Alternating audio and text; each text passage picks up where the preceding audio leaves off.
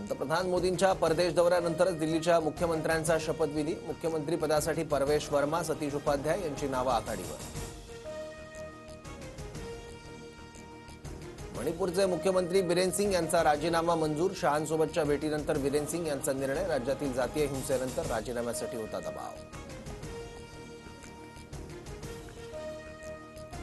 राष्ट्रपती द्रौपदी मुर्मू आज प्रयागराजमधील महाकुंभमेळ्यात सहभागी होणार. त्रिवेणी संगमावर स्नान करून पूजा करणार. मंदिरांना भेट दिल्यानंतर राष्ट्रपती कुंभ अनुभव केंद्राची पाहणी करणार.